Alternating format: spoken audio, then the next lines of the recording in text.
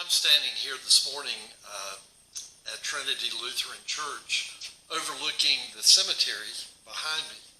Yesterday, with a number of other people, including Mr. Bill Beam, we worked in the cemetery on some restoration work on tombstones.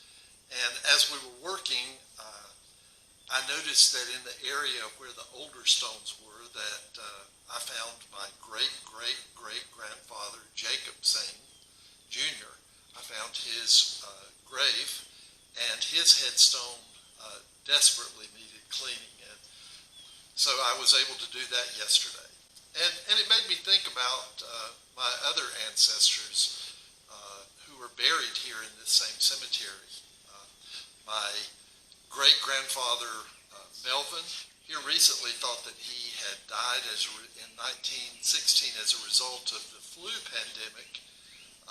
But then when I was looking at the date on his tombstone, he died in December of 1916, and I remembered my dad saying that he actually died of typhoid as a result of the Great Flood of 1916. There were two hurricanes that came into North Carolina in the middle part of maybe the second and third week of July, but it dumped about 22 inches of rain. And of course, my great-grandfather, they got their water out of a spring, and I'm sure that the spring probably was flooded and picked up bacteria from the barn. And so my great-grandfather, Melvin, died, as did one of his daughters. So he's buried here, as is his father, my great-great-grandfather, Rufus Sane. His tombstone says R.A. Sane, which is a little bit of irony there. My initials are R.A., Robert Allen. My great-great-grandfather was Rufus Andrew. And then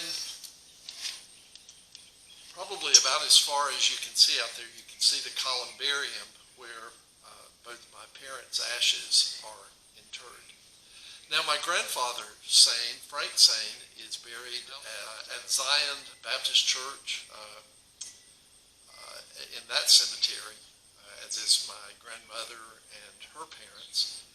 And my great-great-great-great-grandfather is buried in this cemetery somewhere, but the tombstone is not really clear, so we're going to have to clean up some more tombstones to hopefully find his grave.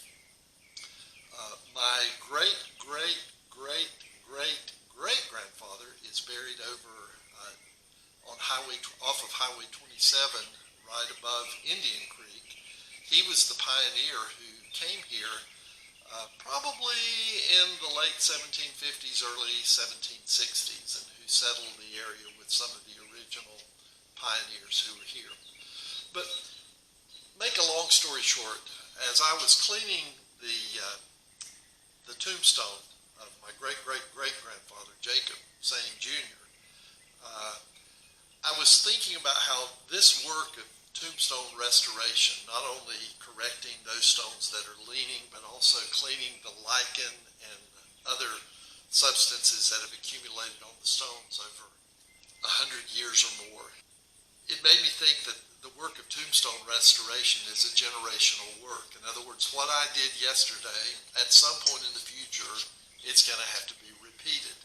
And eventually, who knows how long, whether it's 100 years or 1,000 years, the evidence that's marked by this, where these graves are in this cemetery, may actually deteriorate to the point that nobody even knows it's here. Who knows? But I couldn't help but think about the Old Testament reading from the 25th chapter of Isaiah, which Isaiah has just in the previous chapter, he's talked about how the desolation that God has brought down upon the people of Israel for their disobedience to God over the years. And so in the middle of the lesson today, God talks about a banquet, a feast that God is going to prepare, a feast where, in a sense, people will never hunger again. And I think it's in that context that Jesus, as he was just a day or two before his passion would begin, he told a final parable to some religious authorities about a wedding banquet. So I'm wondering if Jesus perhaps is thinking about that text from the 25th chapter of Isaiah when he tells this parable of the banquet where a king was providing a wedding banquet for his son, and he went out and invited all of his neighbors to come into the banquet, and some of them went and did other things, and some of them had the audacity to kill his servants who he sent out to invite them. And then there was another character who came into the wedding banquet, but he did not wear the robe that had been provided, and he was essentially cast out of the banquet. But I was thinking back about what God does and where this connects with these tombstones restoration project that I was working on yesterday. Whereas that's the way that I and others after me will have to deal with repairing and restoring these tombstones. God deals with death in a different way. Thinking of the banquet, I couldn't help but remember just about every death over the years that I've been a pastor. It seems like there's almost always a meal. I think it's one of the ways that we deal with grief, and it's another way that we, as friends and loved ones of the family, we reach out with food as a way to hopefully make them feel better. And perhaps Jesus, in telling the parable, and also Isaiah in speaking on behalf of God in the lesson from the 25th chapter of Isaiah, God is talking about how he's going to deal with death. Whereas I'm going to have to go back out, or someone will have to go back out and restore these tombstones in the future.